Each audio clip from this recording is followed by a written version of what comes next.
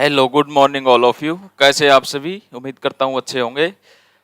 आज हम स्टार्ट करेंगे sexual reproduction in flowering plant. Flowering plant के अंदर सेक्सुअल रिप्रोडक्शन के बारे में पढ़ेंगे। स्टार्ट करते हैं आज का टॉपिक हमारा। सबसे पहले हम देखते हैं इसके अंदर इंट्रोडक्शन। इंट्रोडक्शन में क्या बताया गया कि रिप्रोडक्शन के बारे में कुछ हल्की फुल्की बातें बताई गई हैं कि क्या क्या चीजें एक फ्लावर के अंदर होती है। और सबसे पहली बात कि फ्लावर ही रिप्रोडक्शन करवाता है या कोई और पार्ट है जो प्लांट का वो रिप्रोडक्शन करवाएगा। तो मेनली यही है कि फ्लावर के अंदर ही मेल का फंक्शन होता है और फीमेल का फंक्शन होता है, जिसको हम क्या बोलते हैं पिस्टल और स्टेमन। ठीक है, एक फ्लावर के अंदर देखेंगे हम। इसके अंदर सबसे पहले इंट्रोडक्शन में क्या बताया गया कि reproduction take place in the plant through the special structure called flower. Special structure होती है जो रिप्रोडक्शन में हेल्प करती है, और वो कौन सी होती है? फ्लावर होती है। ठीक है, स्टार्ट करते हैं हम। Flower, calyx of sepal, corolla of petal, androecium of stamen and gynoecium of carpel. ये एक फ्लावर के अंदर आपको देखने को मिलेंगे। और फ्लावरिंग प्लांट कौन से होते हैं हमारे? जिम्नोस्पर्म होते हैं कि एंजियोस्पर्म होते हैं? सबसे पहली बात तो फ्लावरिंग प्लांट कौन से होते हैं हमारे? फ्लावरिंग प्लांट होते हैं हमारे एंजियोस्पर्म। कौन से होंगे? एंजियोस्पर्म। एंजियोस्पर्म उसी के अंदर क्या होते हैं? फ्लावर होते हैं। और उसी के अंदर हम डिटेल स्टडी करते हैं सेक्सुअल रिप्रोडक्शन की। ठीक है, तो आगे चलते हैं हम। कैलिक्स को क्या बोलते हैं हम? सेपल। और कोरोला को क्या बोलते हैं? पेटल। एंड्रोसियम को स्टेमन और गाइनोसियम को कार्पल। ये क्या होता है? फीमेल पार्ट होता है, यानी कि फीमेल गैमेटोफाइट। Female gametophyte. और स्टेमन क्या होता है? Male gametophyte. Male gametophyte. ठीक है, ये चीजें हम इसके अंदर देखते हैं। और इसी के अंदर क्या होता है? कंप्लीट फ्लावर होता है। कंप्लीट फ्लावर होता है। Calyx corolla are the term accessory whole of the flower. Calyx और corolla term accessory whole of the flower because this structure do not participate in the process of reproduction. मतलब कि calyx और Corolla का कोई खास role नहीं है किसके अंदर? रिप्रोडक्शन के अंदर। तो इसका कोई खास यूज नहीं है, तो ये एसेंशियल नहीं है। सिर्फ और सिर्फ क्या है? ये एक एसेसरी होल्स हैं, एसेसरी होती हैं, जो सेपल होती हैं, जो सेपल होती हैं और पेटल होती है। इनका रिप्रोडक्शन के अंदर कोई हेल्प नहीं होती है। ये सिर्फ क्या करती हैं? पोलिनेटर को अट्रैक्ट करने का काम करती हैं। क्या करती हैं? पोलिनेटर को अट्रैक्ट करने का काम करती हैं, जो हमारी पेटल होती हैं। ठीक है, the androsium and gynosium are known as essential whole because they are directly related with the reproduction। क्योंकि एंड्रोसियम और गाइनोसियम दोनों ही ऐसी चीजें है जो एसेंशियल है किसके लिए? फर्टिलाइजेशन करवाने के लिए आगे, और उसके आगे फिर एम्ब्रियो बनाने के लिए, आगे सीड का फॉर्मेशन करने के लिए। तो ठीक है, एंड्रोसियम और गाइनोसियम दोनों ही एसेंशियल पार्ट हैं प्लांट के अंदर, फ्लावर के अंदर। ठीक है, और वही क्या करते हैं? वही रिप्रोडक्शन करवाते हैं आगे चल के। ठीक है, एक बार हम एक डायग्राम देख लेते हैं, डायग्राम की हेल्प से देख लेते हैं कि फ्लावर के अंदर क्या क्या चीजें होती हैं। ये एक डायग्राम दिया गया सिंपल सा, ये आपकी एनसीईआरटी के अंदर भी मिल जाएगा। ठीक है, तो इसके अंदर क्या होता है? स्टार्टअप कहां से होता है? यहां से होता है। इसके अंदर देखो सेपल भी दी गई है, पेटल भी दी गई है, जो पिस्टल है हमारा वो भी दिया गया है, और स्टेमन भी दिया गया है। अब इन चीजों को हम आगे डिटेल में भी देखेंगे कि स्टेमन के अंदर क्या क्या होता है और पिस्टल के अंदर क्या होता है। सबसे पहले हम एसेसरी ऑर्गन को देख लेते हैं। एसेसरी सेक्स ऑर्गन कौन से हमारे पास? सेपल है और पेटल है। सेपल है और पेटल है। यदि दोनों के अंदर मेल, एक ही फ्लावर के अंदर मेल और फीमेल पार्ट होंगे, तो उसको हम क्या बोलेंगे? उसको हम क्या बोलेंगे? कौन सा फ्लावर बोलेंगे? डाइसियस बोलेंगे कि मोनोइसियस बोलेंगे? डाइसियस बोलेंगे, डाइसियस बोलेंगे हम इसको। ठीक है, क्योंकि मेल और फीमेल पार्ट दोनों ही एक ही फ्लावर के अंदर है, तो उसको हम क्या बोलेंगे? डाइसियस बोलेंगे। ठीक है, यानी कि बाइसेक्सुअल फ्लावर, यानी कि bisexual flower, bisexual flower, bisexual flower बोलेंगे हम इसको, ठीक है, क्योंकि मेल और फीमेल पार्ट दोनों इसके अंदर होते हैं। और एक बात और है, जो हमारा स्टेमन है वो किससे अटैच होता है, थैलेमस से अटैच होता है। किससे अटैच होगा, या तो थैलेमस से अटैच होगा, या फिर कई कंडीशन में क्या होता है, ये कई कंडीशन में ये सेपल से भी अटैच हो जाता है। कुछ कंडीशन के अंदर ये सेपल से भी अटैच हो जाता है, और ये ओवरी के जो पार्ट है उससे ऊपर जाके भी अटैच हो सकता है। ओवरी का जो पार्ट है उससे ऊपर जाके भी अटैच हो सकता है, ठीक है। तो इसके बारे में भी हम आगे देखेंगे, ठीक है।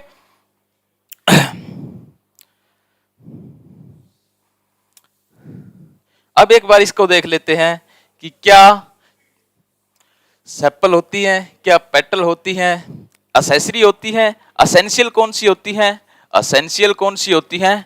असेंशियल हमारे पास क्या होगी, पिस्टल होगा, और दूसरी चीज क्या होगी हमारे पास, स्टेमन होगा, जो क्या है, असेंशियल है। क्या है, असेंशियल है, ठीक है।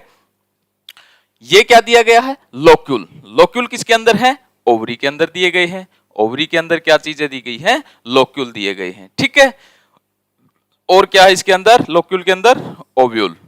क्या है, ओव्यूल, ठीक है। ये ओव्यूल दिया गया है। प्लेसेंटा दिया गया है, जो कवरिंग करके रखता है चीजों को, प्लेसेंटा दिया गया है। और स्टेमन के अंदर क्या क्या चीजें हैं, स्टेमन कितने पार्ट में डिवाइड होता है, first of all anther, filament, और इसके बाद क्या होता है, फिर ये थैलेमस से अटैच होता है। किससे अटैच होगा, थैलेमस से अटैच होगा। एंथर कैसा होगा इसके अंदर, एंथर कैसा होगा, बाइलोब्ड होगा, बाइलोब्ड एंथर होगा इसके अंदर, ठीक है। ये देखो दो लोब दिखाई गई है यहाँ पे, ऐसे बाइलोब्ड एंथर होता है। अटैच किससे होता है, फिलामेंट से होता है, जो एक फ्यूनिकल स्ट्रक्चर होती है उससे क्या होता है, ये अटैच होता है। और आगे जाके क्या करता है, ये या तो थैलस से अटैच होगा, या फिर कहां पे होगा, ये हमारी सेपल से अटैच होगा, या पेटल से अटैच होगा, ठीक है। अब बात करते हैं हम पिस्टल की। पिस्टल कितने टाइप का है, स्टिग्मा, स्टाइल और ओवरी। 3 टाइप का है, स्टिग्मा, स्टाइल और ओवरी।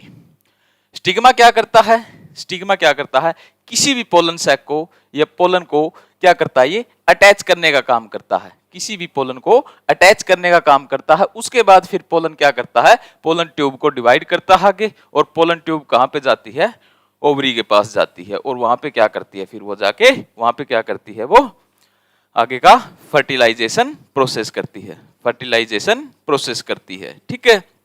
और क्या बनाती है, फिर आगे सीड की फॉर्मेशन करती है। क्या करेगी, आगे सीड की फॉर्मेशन करेगी, ठीक है। तो इसके अंदर डायग्राम के अंदर एक कॉमन सी बात बताई गई है कि क्या होता है, ये बाइसेक्सुअल फ्लावर है कि यूनिसेक्सुअल फ्लावर है, ये चीजें हमने देखनी है। असेंशियल है कि नॉन असेंशियल है, कौन सा पार्ट असेंशियल है और कौन सा पार्ट नॉन असेंशियल है, ये चीजें हमने देखनी है इसके अंदर। आगे हम चलते हैं, नेक्स्ट चलते हैं हम।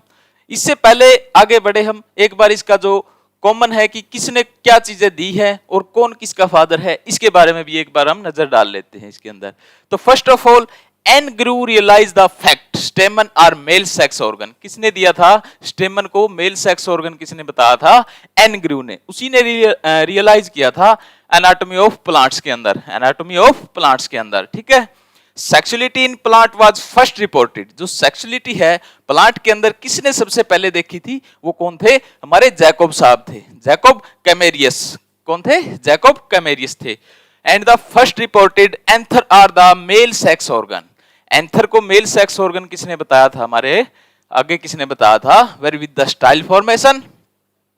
क्या क्या चीजें होती हैं, male sex organ and ovary with style and stigma are female sex. देखो एंथर को क्या बताया, मेल सेक्स ऑर्गन, ओवरी और स्टाइल को एंड स्टिग्मा को क्या बताया, फीमेल सेक्स ऑर्गन, ठीक है। And for the formation of seed, क्या बनाएंगे वो आगे चल के, सीड की फॉर्मेशन करेंगे। And interaction is essential in between both the sex organ, और इन्हीं के अंदर क्या है, ये चीजें एसेंशियल है दोनों के अंदर, बोथ द सेक्स ऑर्गन, ठीक है। आगे significance of pollination and role of insects. Pollination के अंदर कौन रोल प्ले करता है, इंसेक्ट्स भी होते हैं, वाइंड भी होती है, और भी बहुत सी चीजें होती है जो पॉलिनेटर का काम करती है और पॉलिनेशन करवाती है। एंड सबसे पहले इसको पॉलिनेशन को किसने डिस्कवर किया था, किसने रिकॉग्नाइज किया था, जोसेफ कोलेरिएटर ने। किसने, जोसेफ साहब ने, ठीक है। उसके बाद है CF वोल्फ। ये कौन है? CF Wolff. ऐसे क्वेश्चन नीट के अंदर पूछ लिए जाते हैं कई बार। CF Wolff is the father of plant embryology. किसके फादर थे ये? प्लांट एम्ब्रियोलॉजी के थे CF वोल्फ। यदि बात करें हमारे इंडिया के फादर कौन थे एम्ब्रियोलॉजी के अंदर? इंडिया के फादर कौन थे? हमारे प्रोफेसर P माहेश्वरी। कौन थे? प्रोफेसर P माहेश्वरी थे, जो इंडियन प्लांट एम्ब्रियोलॉजी के फादर हैं। ठीक है, ये चीजें याद रखना। यदि बात करें कॉमन की, तो ऑल ओवर कंट्री की बात करें तो उसके अंदर कौन थे? CF Wolff. और यदि बात करें इंडिया की तो प्रोफेसर P माहेश्वरी से हमारे जो इंडियन प्लांट एम्ब्रियोलॉजी थे। ठीक है, और उन्होंने एक बुक भी लिखी थी, the introduction to embryology of angiosperm. कौन सी बुक लिखी थी उन्होंने? An introduction to embryology of angiosperm. ठीक है, आगे बढ़ते हम सेक्सुअल रिप्रोडक्शन के बारे में देख लेते हैं कि क्या क्या चीजें होती है। Sexual reproduction is the process of development of new organisms through the formation of fusion of gamete. Gamete के फ्यूजन से ही क्या होता है? सेक्सुअल रिप्रोडक्शन होता है। एक मेल का पार्ट होता है, एक फीमेल का पार्ट होता है, दोनों क्या करते हैं? फर्टिलाइज करते हैं, और उसके बाद क्या बनाते हैं? फिर आगे जाइगोट की फॉर्मेशन करते हैं, एम्ब्रियो बनाते हैं, उनके अंदर सेल डिवाइड करती रहेंगी, माइटोसिस प्रोसेस चलती रहेगी, और आगे क्या बना देंगे? वो एक सीड की फॉर्मेशन कर देंगे। यही चीजें तो है कि सेक्सुअल रिप्रोडक्शन के अंदर बताई गई है। कौन कौन से पार्ट इन्वॉल्व होते हैं इसके अंदर? Flowering plant stamen are male reproductive organ and carpel of the female reproductive organ. ये चीज हमने देख ली है पहले भी कि स्टेमन क्या है? मेल है, और कार्पल क्या है? फीमेल पार्ट है। Angiosperm male and female gamete are formed in male and female sex organ by the process of meiosis. किसके द्वारा होंगे? गैमेट के लिए हमेशा ही क्या बनेगी? गैमेट को बनाने के लिए कौन सी प्रोसेस होगी? हमेशा मियोसिस प्रोसेस होगी। गैमेट की फॉर्मेशन के लिए मियोसिस प्रोसेस होगी। आपने ये देखा होगा कि जब 4 माइक्रोस्पोर बनते हैं, वो किसकी हेल्प से बनते हैं? मियोसिस की हेल्प से बनते हैं। किससे? जब पोलन मदर सेल होती है और उसके अंदर मियोसिस होती है। जब पोलन मदर सेल है वो कैसी होती है? डिप्लॉयड होती है, और उससे हैप्लॉयड कंडीशन में बनाने के लिए मियोसिस प्रोसेस यूज होती है। क्योंकि मियोसिस की ऐसी प्रोसेस होती है, रिडक्शनल प्रोसेस होती है। रिडक्शनल प्रोसेस होगी तो वो डिप्लॉयड का क्या बना देगी? हैप्लॉयड बना देगी, और हैप्लॉयड गैमेट क्या करेंगे? फिर आगे जाके फ्यूजन में हेल्प करेंगे। Both gamete fuse together to form diploid zygote and which give rise to embryo. दोनों के दोनों गैमेट हैप्लॉयड होंगे, मेल का भी और फीमेल का भी। दोनों क्या करेंगे? जैसे ही फर्टिलाइज करेंगे तो क्या बना देंगे? वो जाइगोट बना देंगे। ठीक है, the process which are embryo is formed. अब एम्ब्रियो बना लिया by the meiosis and fertilisation is called amphimixis. Fertilisation process को क्या बोलते हैं हम? एम्फीमिक्सिस। एम्ब्रियो बन गया, फॉर्म्ड किसके द्वारा हुआ? मियोसिस के द्वारा, फर्टिलाइजेशन के द्वारा। उस प्रोसेस को हम क्या बोलेंगे? एम्फीमिक्सिस। क्या बोलेंगे? एम्फीमिक्सिस। ये बात याद रखना है, एम्फीमिक्सिस। कई बार क्वेश्चन में आया है, ये नीट के अंदर कई बार पूछा गया है ऐसी बातें। एम्फीमिक्सिस क्या होती है? सिंगैमी क्या होती है? ये चीजें पूछी जाती है बार बार। ठीक है, the study of sexual reproduction in flowering plant includes pre fertilisation structure event and post fertilisation structure and events. देखो, फर्टिलाइजेशन की बात करें तो फर्टिलाइजेशन कितने टाइप से डिवाइड की गई है?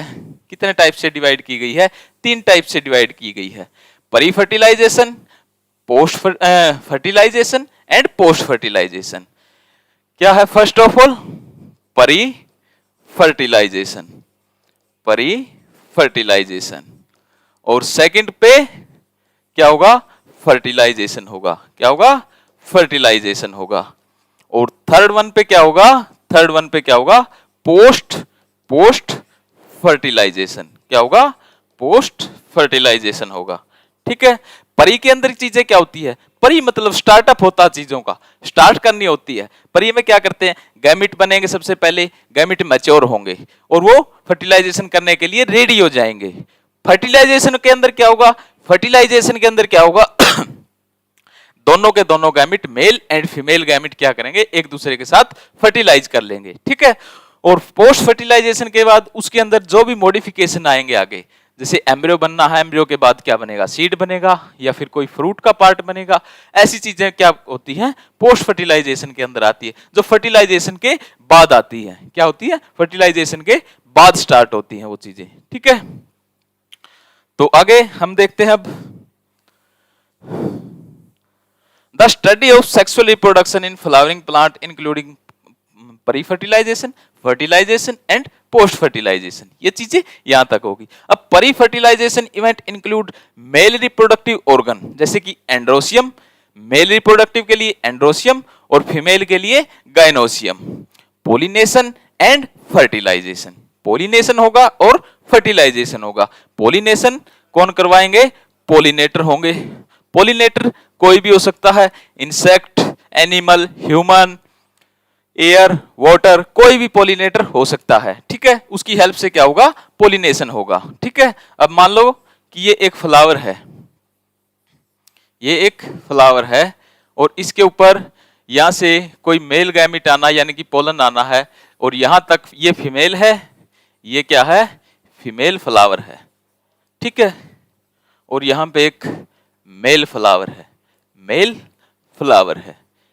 यहां से जो पोलन उठ के आएगा इसके ऊपर, यहां से यहां का डिस्टेंस कवर करने के लिए उसको किसी ना किसी पोलिनेटर की हेल्प चाहिए होगी। कोई ना कोई पोलिनेटर उसको चाहिए होगा जो यहां से उठ के यहां तक पहुंचाने में उसकी हेल्प करे। उस पोलिनेटर की हेल्प से क्या होगा, पोलिनेशन होगा।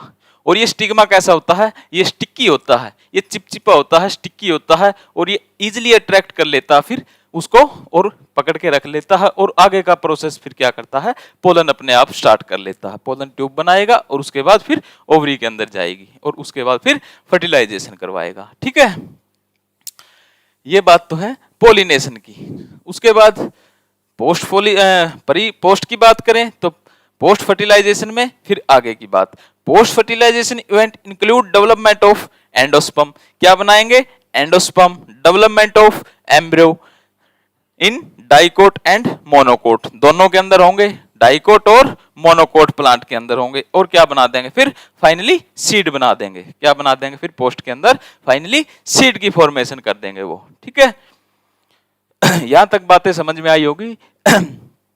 फर्टिलाइजेशन की बात करें, तीन तरह की फर्टिलाइजेशन होगी, प्री फर्टिलाइजेशन, फर्टिलाइजेशन और पोस्ट फर्टिलाइजेशन। परी के अंदर सारे के सारे गैमेट क्या करेंगे, मेल और फीमेल के मैच्योर होंगे। फर्टिलाइजेशन के अंदर क्या करेंगे, वो दोनों के दोनों पोलिनेशन होके और क्या कर देंगे, फिर फर्टिलाइजेशन कर देंगे एक दूसरे के साथ मिलके। और पोस्ट के अंदर क्या बना देंगे, फाइनली सीड की फॉर्मेशन कर देंगे। ठीक है, आगे नेक्स्ट है मेल रिप्रोडक्टिव ऑर्गन एंड्रोसियम। अब बात यहां से स्टार्ट होती है प्री फर्टिलाइजेशन की। प्री फर्टिलाइजेशन के अंदर हम स्टार्ट करते हैं मेल रिप्रोडक्टिव ऑर्गन, और मेल रिप्रोडक्टिव ऑर्गन को हम क्या बोलते हैं, एंड्रोसियम। क्या बोलेंगे, एंड्रोसियम। ठीक है, मेल रिप्रोडक्टिव ऑर्गन, और क्या बोल सकते हैं इसको, स्टेमन भी बोल सकते हैं, बोल सकते हैं। और स्टेमन के अंदर हमने क्या क्या देखा था, एंथर और फिलामेंट, एंथर और फिलामेंट। और एंथर और फिलामेंट के अंदर भी चीजें होती हैं कि एंथर के अंदर बाइलोब्ड है कि कैसा है, और एंथर के अंदर कितने सेक हैं, टेट्राड हैं या फिर बाई हैं, ट्राई हैं, क्या है, वो चीजें भी हम डिटेल में देखते चलेंगे आगे। उसके बाद फिर फिलामेंट है, कैसा है, लॉन्ग है, शॉर्ट है, या सभी फिलामेंट एक जैसे होते हैं कि कोई हाई हो सकता है, कोई लो हो सकता है, कैसे हो सकते हैं, कोई बड़ा है, कोई छोटा है साइज में। ठीक है, तो ऐसा भी हो सकता है। तो स्टार्ट करते हैं एक बार मेल रिप्रोडक्टिव ऑर्गन का, एंड्रोसियम में इसको बोलते हैं। Male reproductive is called androecium and their unit is called stamen. और किसकी यूनिट है ये, स्टेमन की। किसकी यूनिट है, स्टेमन की। Stamen is also known as microsporophyll. Stamen को हम और क्या बोल सकते हैं, माइक्रोस्पोरोफिल, माइक्रोस्पोरोफिल। ये चीजें याद रखने की है कि स्टेमन क्या है, स्टेमन क्या है, stamen is also known as microsporophyll. ठीक है, देयर आर 6 स्टेमन इन कैप्सेला। कितने स्टेमन होते हैं, 6 स्टेमन होते हैं in Capsella. A typical stamen differentiate into 3 part, a long thin structures called filament which join the stamen to the thalamus, thalamus से attach होगी stamen. The free end of the filament a swollen spore bearing structure is called anther। और swelling जो structure होती है उसको हम क्या बोलते हैं? एंथर बोलते हैं। ठीक है। Anther and filament are attached together with the help of small region called connective tissue या connective vascular tissue। जो हमारा filament attach together with the help of small region, anther को और फिलामेंट को अटैच करने वाला कौन सा रीजन होगा हमारे पास? कौन सा रीजन होगा? कनेक्टिव टिश्यू ही उसको क्या करेगा? अटैच करेगा। ठीक है। Each anther is generally a bilobed structure. Anther has two anther lobes and is called diathecus. Each lobe of anther has two chamber which are called pollen sac या फिर pollen chamber. There are a typical anther has four pollen sac. कितने? 4 pollen sac, जिसको हम क्या बोलते हैं? टेट्रास्पोरोजिनेट। टेट्रास्पोरोजिनेट बोलते हैं। ठीक है। टेट्रास्पोरोजिनेट क्यों बोलते हैं? क्योंकि ये एंथर है, बाइथिकस है, इसके अंदर 4 चैम्बर होंगे, 1, 2, 3 एंड 4। और एक दूसरे से कैसे अटैच होती है? बाइलोब्ड कनेक्टिव टिश्यू के द्वारा। कनेक्टिव टिश्यू के द्वारा क्या होती है? ये अटैच होती है एक दूसरे के साथ। ठीक है। बाइलोब्ड एंथर, बाइलोब्ड एंथर होता है, बाइलोब्ड एंथर बोलते हैं हम इसको। ठीक है। नेक्स्ट वन हम आगे चलते हैं। At maturity of pollen grain, जब पोलन ग्रेन की मैच्योरिटी हो जाती है, sterile tissue degenerate which are present in between pollen sac. क्या होगा? Pollen sac. Both the pollen sac are fuse together, दोनों के दोनों पोलन सैक क्या करते हैं? Fuse together. Because of this reason only one chamber appear in each anther lobe at maturity. Maturity के time क्या होता है? ईच एंथर लोब मैच्योर होता है। So 2 chamber are seen in the mature anther at this time of dehiscence. जब dehiscence होता है, जब मैच्योर होगा एंथर, जब मैच्योर होगा एंथर, तो उसके अंदर क्या बनना स्टार्ट होते हैं? पोलन, पोलन सैक बनना स्टार्ट होते हैं। जब तक वो यंग वंस होता है, जब तक वो यंग वंस होता है, तब तक उसके अंदर क्या होता है? उसके अंदर सिर्फ और सिर्फ क्या होता है? स्पोरोजिनस टिश्यू पड़ा होता है, स्पोरोजिनस टिश्यू होगा, स्पोरोजिनस टिश्यू होगा। ठीक है। उसके बाद उसके अंदर क्या होगी? मैच्योरिटी आएगी। क्या होगी? मैच्योरिटी आएगी। और मैच्योरिटी के बाद क्या होगा? उसका डेहिसेंस होगा। और डेहिसेंस के बाद क्या होगा? पोलन रिलीज हो जाएंगे, पोलन रिलीज हो जाएंगे। और जितनी भी लेयर है उसकी, जितनी भी लेयर है वो सारी की सारी क्या कर देंगी?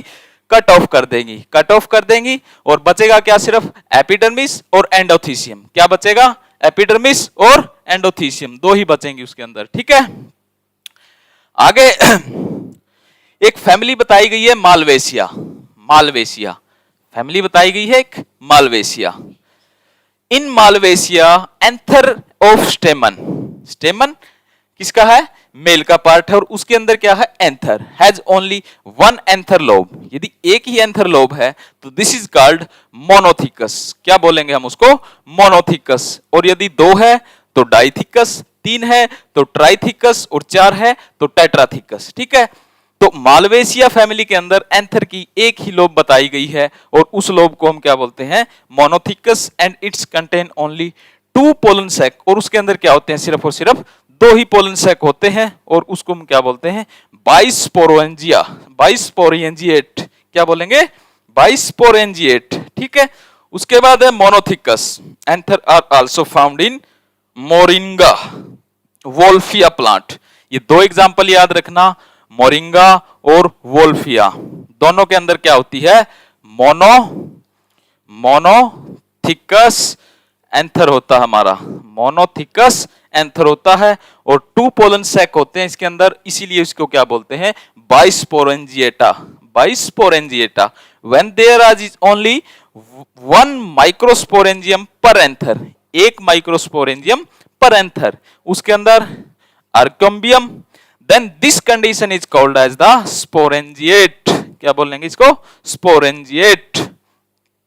यहां तक चीजें समझ में आई। मेल रिप्रोडक्शन का सिंगल है मालवेशिया के अंदर, उसको हम टू पोलन सैक के अंदर देख लेते हैं। और टू पोलन सैक के अंदर अलग अलग दो चैम्बर बने होंगे, दो ही चैम्बर मिलेंगे उसके अंदर। यदि ये होता बाइथिकस तो इसके अंदर क्या होता, चार चैम्बर होते।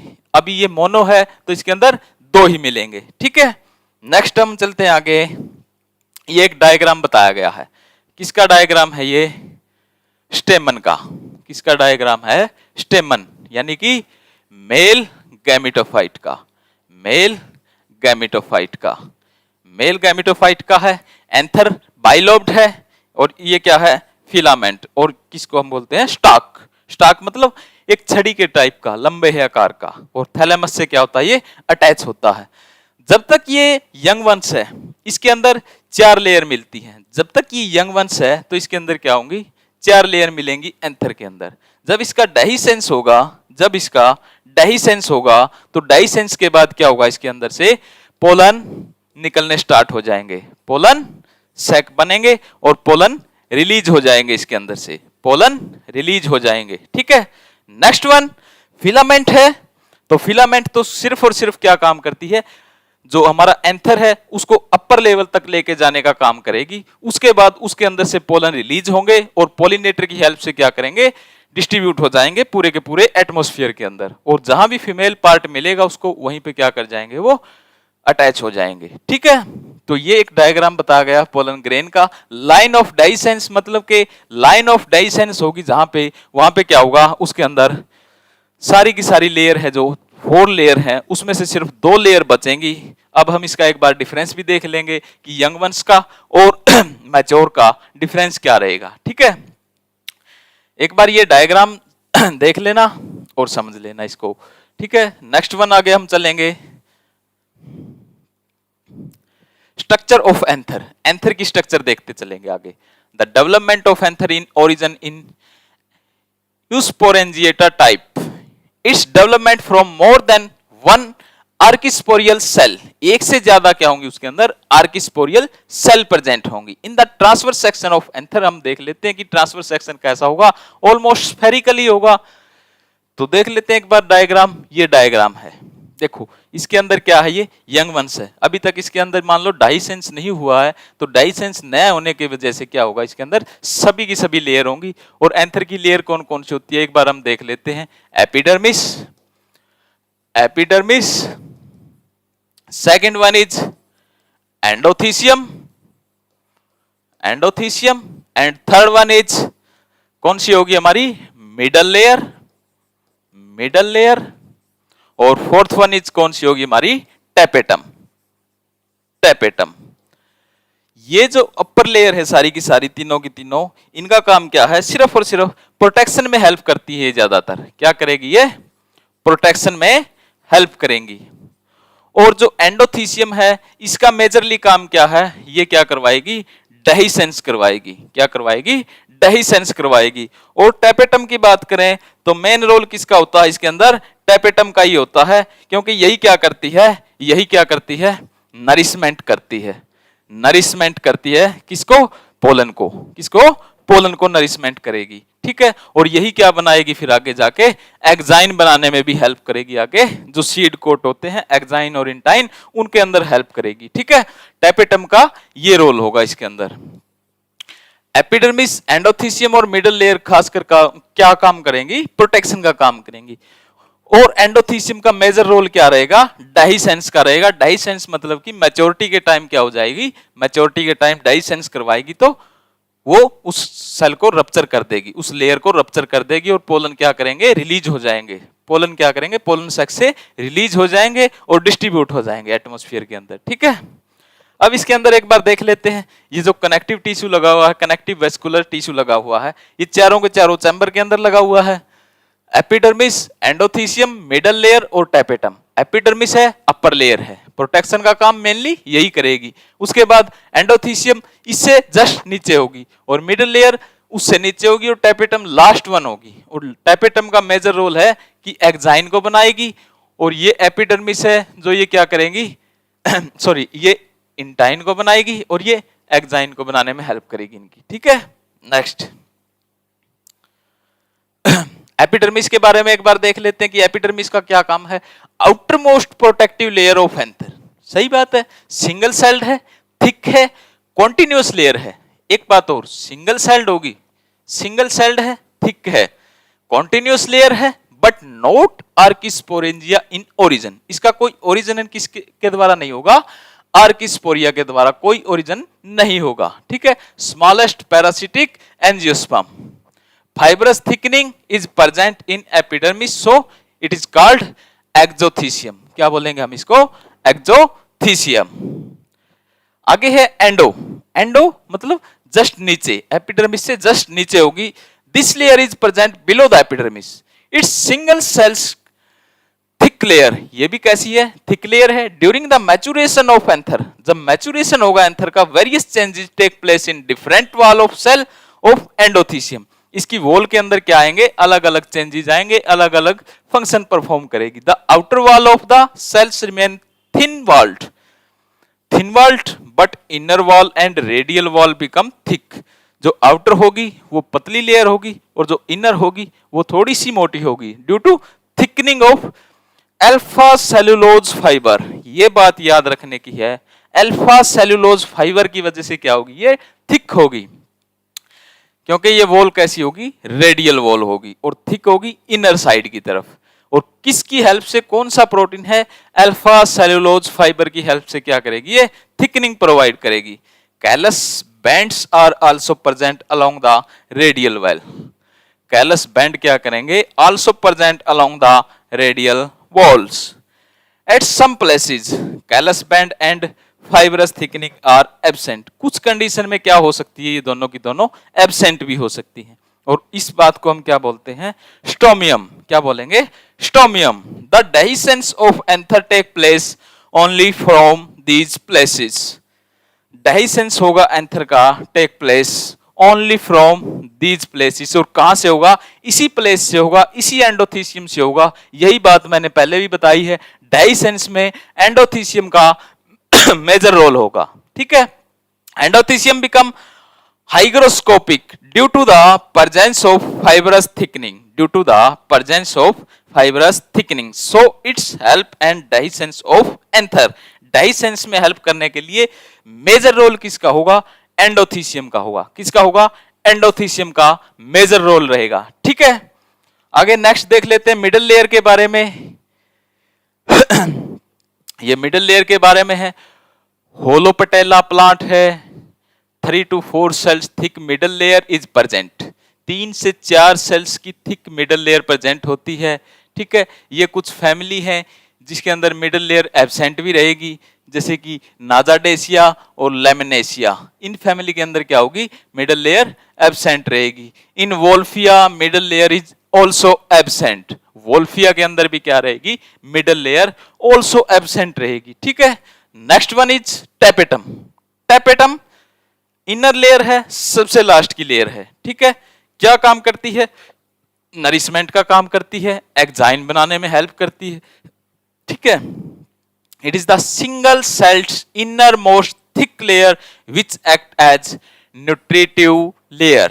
nutritive layer, nourishment, nutrition, सारी चीजें टेपेटम से ही पूरी होंगी पोलन की।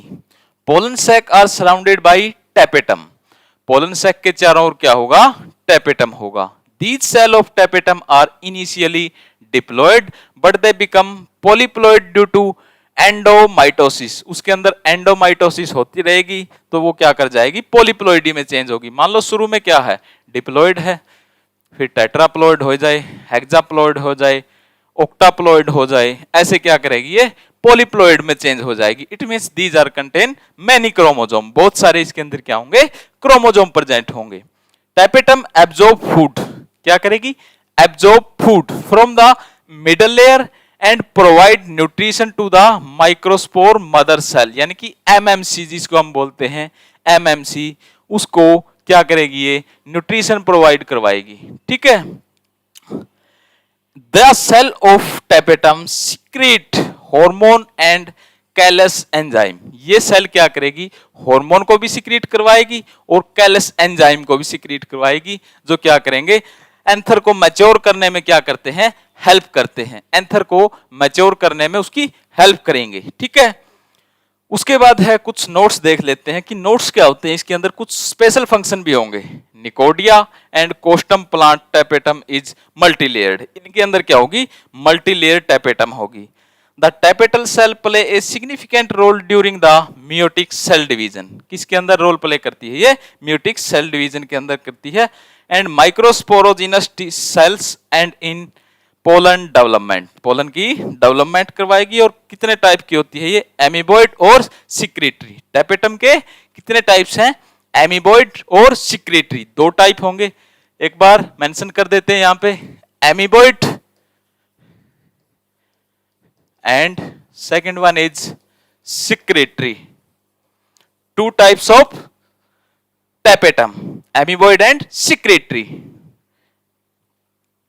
आगे एमीबॉइड और टैपेटम को हम देख लेते हैं एक बार। एमीबॉइड, इन्वेजिव टैपेटम या फिर पेरिप्लाज्मोडियल टैपेटम, इसके तीन नाम हो सकते हैं, एमीबॉइड टैपेटम, इन्वेसिव टैपेटम या फिर पेरिप्लाज्मोडियल टैपेटम। अभी तक हमारा टैपेटम कंप्लीट नहीं हुआ है एमीबॉइड की। फर्स्ट ऑफ ऑल एमीबॉइड के बारे में हम देख लेते हैं। It's found in primitive angiosperm, primitive मतलब जो पहले के एंजियोस्पर्म प्लांट है, स्टार्टिंग के जो प्रिमिटिव हैं एंजियोस्पर्म हैं, उनके अंदर ये एमीबॉइड्स टैपेटम मिलती है हमें। ठीक है, so middle layer immediately degenerate, middle layer जब इमीडिएटली अचानक से डिजेनरेट होगी।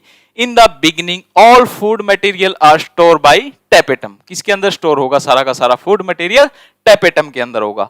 और जो टैपेटल सेल है convert absorb food into special food granule called protoplast, किसके अंदर कन्वर्ट हो जाएंगी, वो स्पेशल ग्रैन्यूल होंगे फूड के, और उनको हम क्या बोलेंगे, protoplast body. The innermost layer of tapetal dissolve and release its protoplasm into the cavity of microsporangium. Now inside the pollen sac protoplast body are known as periplasmodium, क्या बोलेंगे, periplasmodium. MMC are surrounded by periplasmodium and provided nourishment to the developing microspore, और microspore को develop करवाएंगी amoeboid tapetum. उसके बाद है this type of tapetum provide nutrition to the microspore after degeneration, degeneration के बाद क्या करवाएंगे, उसको नरिशमेंट देंगी, किसको, माइक्रोस्पोर्स को, माइक्रोस्पोर्स को। इसके अंदर कुछ एग्जांपल भी दिए गए हैं, टाइफा, एलिस्मा, ट्रेडेसनिटिया, ये तीन एग्जांपल दिए गए हैं जो एमीबॉइड टैपेटम के अंदर डीजनरेशन होने के बाद माइक्रोस्पोर को क्या करेंगी, न्यूट्रिशन प्रोवाइड करवा देंगी। नेक्स्ट वन ग्लैंडुलर या फिर हम सिक्रेटरी टैपेटम भी बोलते हैं। हमने टैपेटम के दो टाइप देखे हैं, एमीबॉइड है जो प्रिमिटिव एंजियोस्पर्म के अंदर मिलेंगी, जब मिडल लेयर डीजनरेट हो जाएंगी उसके टाइम क्या करेंगे, वो ग्रैन्यूल्स, फूड ग्रैन्यूल्स बना लेंगी, और उस फूड ग्रैन्यूल्स को क्या बोलेंगे, प्रोटोप्लास्ट बॉडी बोलेंगे, प्रोटोप्लास्ट बॉडी बोलेंगे। वही प्रोटोप्लास्ट बॉडी क्या करेगी, माइक्रोस्पोर को नरिशमेंट देगी आफ्टर डीजनरेशन, आफ्टर डीजनरेशन के बाद। ठीक है, उसके बाद फिर बात करते हैं हम ग्लैंडुलर, ग्लैंडुलर या फिर सिक्रेटरी टैपेटम। ये सेकंड पार्ट है टैपेटम का, फर्स्ट पार्ट है एमीबॉइड, सेकंड पार्ट है ग्लैंडुलर या फिर सिक्रेटरी टैपेटम। इसके अंदर क्या बताया गया है, it does not degenerate quickly, ये क्या करती है, क्विकली डीजनरेट नहीं करती, इमीडिएटली डीजनरेट नहीं करेंगी अपने आप को। Cells of the tapetum remain intact throughout the microspore development, उसके इंटैक्ट में रहेंगी जब तक माइक्रोस्पोर डेवलपमेंट करेगा।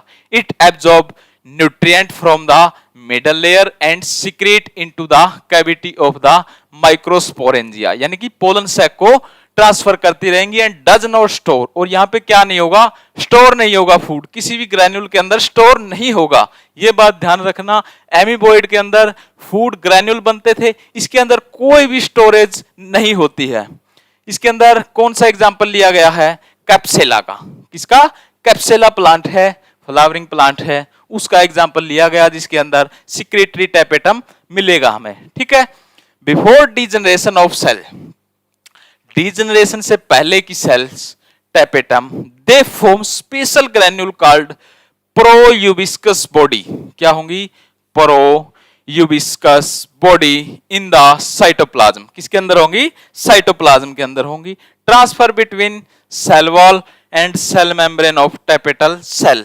सेल वॉल और सेल मेम्ब्रेन के अंदर ट्रांसफर हो जाएंगी tapetal cell. Here they are surrounded by sporopollenin. किसकी बने होंगे ये? स्पोरोपोलेनिन के बनते हैं। एंड इज कॉल्ड यूबिस्कस बॉडी या फिर ऑर्बिक्यूलस। क्या बोलेंगे इसको? एक दूसरा नाम भी है इसका, orbicules. At last tapetum degenerate. जब लास्ट का टेपेटम का डीजनरेशन का पॉइंट आएगा तो ये बॉडी क्या करेंगी? रिलीज इनटू पोलन सैक, और पोलन सैक के अंदर क्या कर जाएंगी? रिलीज कर जाएंगी। और उसके बाद पार्टिसिपेट करेंगी formation of exine of the microspore inside the pollen sac. Generally sporopollenin participate in the formation of outer covering. जो स्पोरोपोलेनिन है वो किसके अंदर हेल्प करेगा? आउटर कवरिंग, एग्जाइन जिसको हम बोलते हैं, उसके अंदर हेल्प करेंगी। ठीक है, नेक्स्ट वन आगे करते हैं हम। माइक्रोगैमेटोजेनेसिस या development of male gametophyte. Microgametogenesis या फिर development of male gametophyte. Flowering plant pollen grain of microspore is considered as the first cell of male gametophyte. सबसे पहली सेल मेल गैमेटोफाइट बोली जाएगी। वो मेल गैमेट नहीं होते, मेल गैमेटोफाइट बोली जाती है।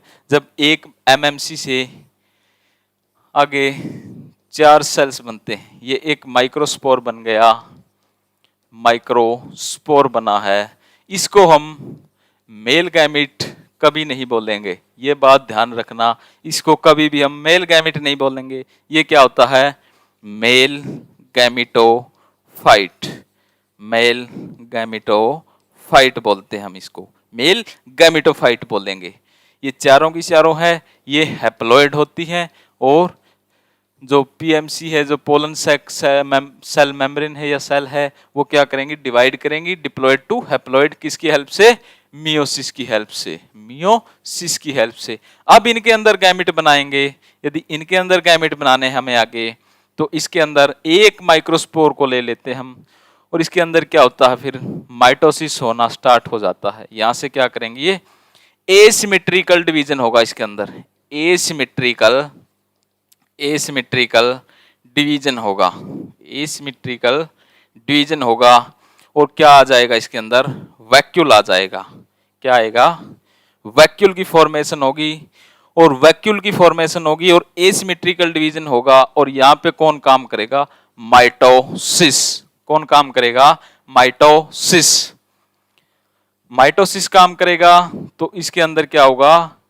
डिवीजन होगा। एक लार्ज साइज होगी सेल और दूसरी क्या होगी? स्मॉल साइज सेल होगी। और उन सेल्स को क्या बोलेंगे हम?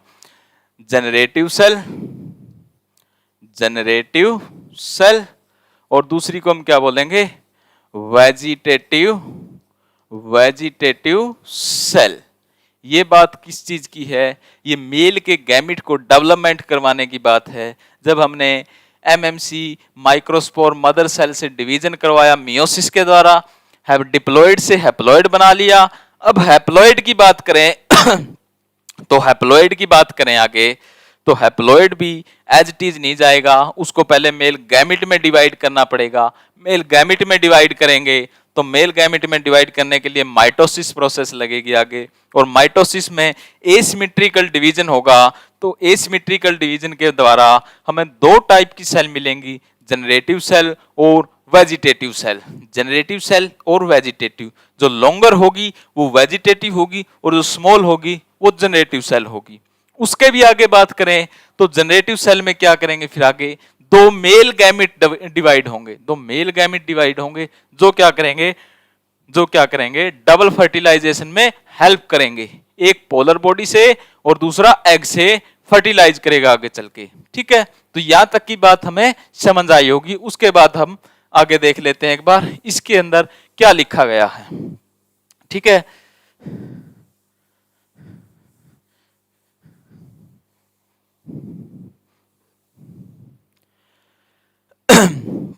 Germination of development pollen grain take place before dehiscence anther is called precious development. Precious development before से पहले, डाइसेंस से पहले, तो उसको हम क्या बोलेंगे? Precious development. Development of pollen also take place inside pollen sac and anther is called in situ development. अंदर ही डेवलपमेंट होगी, उसको हम क्या बोलते हैं? Pre pollination and development. In the beginning process only nucleus of pollen grain is divided by unequal mitotic division. ये बात देखो यहां पे बता दी गई है कि अनइक्वल माइटोटिक डिवीजन होगा इसके अंदर, resulting in the formation of two unequal size nucleus. तो और दो अनइक्वल साइज के न्यूक्लियस बन जाएंगे।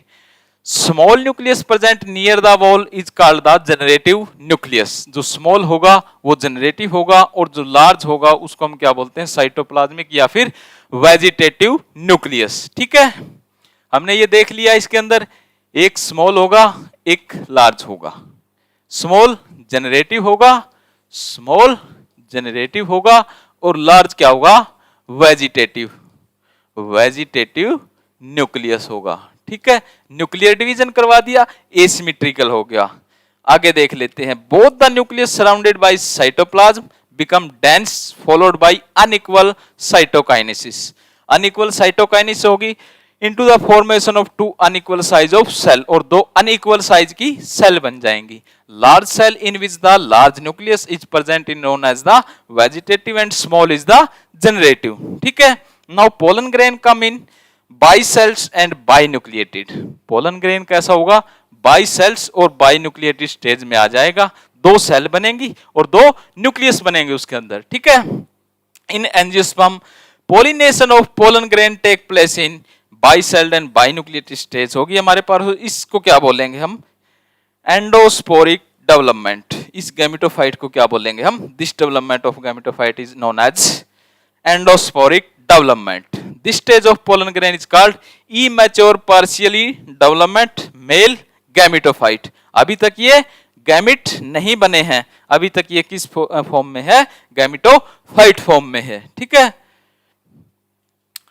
अब बात करें यदि पोस्ट पोलिनेशन डेवलपमेंट की, तो rest of the further development of pollen grain immature male gametophyte take place in the stigma of the carpel after pollination. तो first of all vegetative nucleus enter into the pollen tube and assume termed position. The spindle shaped generative cell now enter into the pollen tube. सबसे पहले कौन आएगा? Generative आएगा। अब जैसे ये pollen है और यहां से पोलन ट्यूब बनना स्टार्ट हुई, तो फर्स्ट में कौन होगा? जनरेटिव सेल होगा, जनरेटिव सेल होगा, और उसके बाद कौन सा होगा? वेजिटेटिव। कौन होगा? वेजिटेटिव सेल होगा। सबसे पहले जनरेटिव आएगा, उसके बाद वेजिटेटिव आएगा। Inside the pollen tube generative cell divided mitotically and form two non motile male gamete. और जनरेटिव सेल में क्या डिवीजन होगा? माइटोटिकली डिवीजन होगा, और दो नॉन मोटाइल मेल गैमिट बन जाएंगे। अब इसके अंदर जनरेटिव सेल के अंदर, मान लो ये जनरेटिव सेल है, तो इसके अंदर दो मेल गैमिट बना दिए, मेल गैमिट। अब यहां से गैमिट बनना स्टार्ट हो गया। अभी तक ये गैमेटोफाइट में थी, अब गैमिट बनना स्टार्ट हो गई। और किसके अंदर बने हैं ये? जनरेटिव सेल के अंदर ये क्या बने हैं? दो मेल गैमिट हैं, जो क्या है? Non motile. क्या है? Non motile. कोई भी फ्लैजेला इनके ऊपर नहीं है, ना ही ये कोई जूस्पोर है। ठीक है, कुछ नहीं है, कोई फ्लैजेला नहीं है, ये नॉन मोटाइल है, जो सिर्फ और सिर्फ डिवीजन में दो मेल गैमिट बन गए। ठीक है, the three cell stage represent the mature male gametophyte and angiosperm. Angiosperm के अंदर क्या है? थ्री सेल स्टेज बन गई है, दो मेल की हो गई और एक वेजिटेटिव की हो गई। ठीक है, male gametophyte is highly reduced. Male gametophyte क्या है? Highly reduce and completely dependent on sporophyte. किसके ऊपर डिपेंड करेगी? स्पोरोफाइट के ऊपर। And longest pollen tube is found in जियामेज। Longest किसके अंदर होगी? जियामेज के अंदर होगी। जो बिल्कुल ही लॉन्ग पोलन ट्यूब बनाएगा वो कौन होगा? जियामेज। ठीक है, जिसको हम मक्का बोलते हैं। यहां तक बात समझ में आई। और एंजियोस्पर्म की जो बॉडी होती है, एंजियोस्पर्म की जो बॉडी होती है वो कैसी होती है? स्पोरोफाइटिक बॉडी होती है। यानी कि गैमिट किसके ऊपर डिपेंड करता है? स्पोरोफाइट के ऊपर डिपेंड करता है, स्पोरोफाइट के ऊपर गैमेट डिपेंड करता है, जबकि ब्रायोफाइट और टेरिडोफाइट इनके अंदर क्या कंडीशन होती है, या एल्गी फंजाई के अंदर क्या कंडीशन होती है, वो गैमेट के ऊपर डिपेंड करती है। स्पोरोफाइट बॉडी बनाने के लिए गैमेट के ऊपर डिपेंड करना पड़ता है स्पोरोफाइट बॉडी बनाने के लिए। ठीक है, तो यहां तक चीजें समझ में आई। पोस्ट फर्टिलाइजेशन या पोस्ट पोलिनेशन डेवलपमेंट तक आगे का प्रोसीजर हम नेक्स्ट लेक्चर में करेंगे। आगे का फीमेल गैमेटोफाइट जो आगे होगा उसको नेक्स्ट देखेंगे। ठीक है, फीमेल गैमेटोफाइट है जितना भी, और फर्टिलाइजेशन डिटेल स्टडी है। उसके बाद एम्ब्रियो एंड सीड फॉर्मेशन, उन सबको हम डिटेल में नेक्स्ट लेक्चर के अंदर देखेंगे। तब तक के लिए धन्यवाद, थैंक्स।